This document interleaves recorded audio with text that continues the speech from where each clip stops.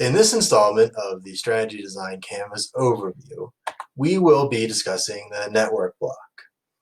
The network block plays a crucial role in our strategic planning process, one that is often overlooked in traditional strategic planning.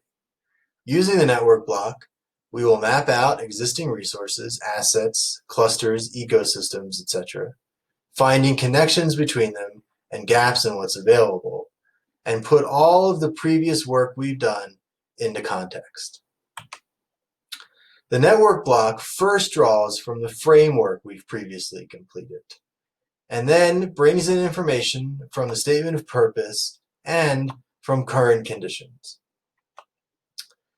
Here is the work we did in the previous framework block. Looking at the unit of analysis, the Bloomtown Main Street organization, we found that that was an objective unit. And looking at the Main Street accreditation standards, we found that it was a competent unit. Next, we looked at the drivers for the Bloomtown Main Street organization and found that they were historic and cultural assets, events, and the business mix. Using the network block, we will then take these drivers and map them out to try and find the connections between them and the greater community and any gaps that we can use to help find opportunities or fill in when we're developing our projects. These drivers, historical and cultural assets, events, and the business mix were what we identified in the framework block. Now, looking at historical and cultural assets, we would list out what the primary and unique historical and cultural assets are. Ones that are located in the district and ones that contribute to the district. We would also look at the organizations, businesses, and any promotions that rely on these historical and cultural assets or who use them in their own promotions or draw visitors to the area or use those visitors in their own business model. Next, events, we would list out or map the events that happen in the district and the events that contribute to the district, and possibly any opportunities within the district for events that maybe have not already been capitalized upon or created. We would also, again, look at the organizations, the businesses, the promotions, and any support services that rely on these events or that could be used in the creation of an event to capitalize on an opportunity that was identified. And then finally, business mix is the last of the drivers that was identified. And here we would take a look at the primary business clusters within the district or the boundary condition. We would look at the keystone businesses within each cluster. And we would look at the support organizations and programs aimed at assisting those clusters. We could also then look at legacy and startup segments or companies within those clusters. We could look at entrepreneurship and innovation as they play within the segments or the broader clusters.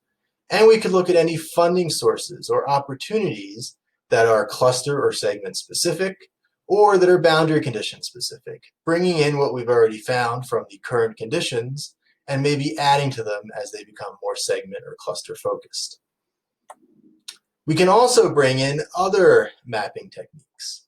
The three horizon techniques looks at core, emerging, and embryonic industries or segments to see which ones are most important to a community, which ones are emerging and can be given assets and resources in order to possibly step into to being a core down the road, and embryonic where our innovation lies and how that is being ushered in so we can keep a diversified and dynamic economy moving forward well into the future. We can also look at our entrepreneur support network by asking through the ideation, startup validation, organization, and growth, and then either scale or establishment phases of a startup or a team or an individual where they would go for assistance, trying to find gaps in the services that are available so they can be filled with a program later in the strategic planning process.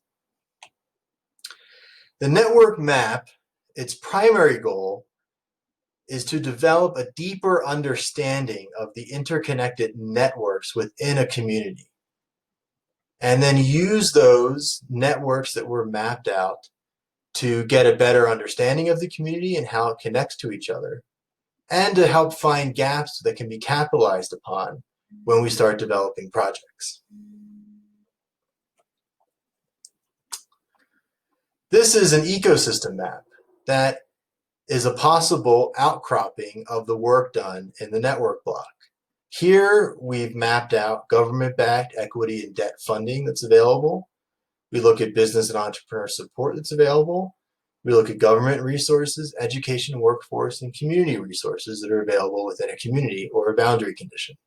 We then look at the clusters that this community are concentrating on, and we see how all of them are connected by both the segments or the companies within each cluster, and then also the support organizations, funding, or other community assets that are directly related to those clusters. Here we can see which ones possibly have gaps that we can fill, and which ones are maybe oversubscribed, so we can take some of those resources and put them other places. Thank you very much. See you next time.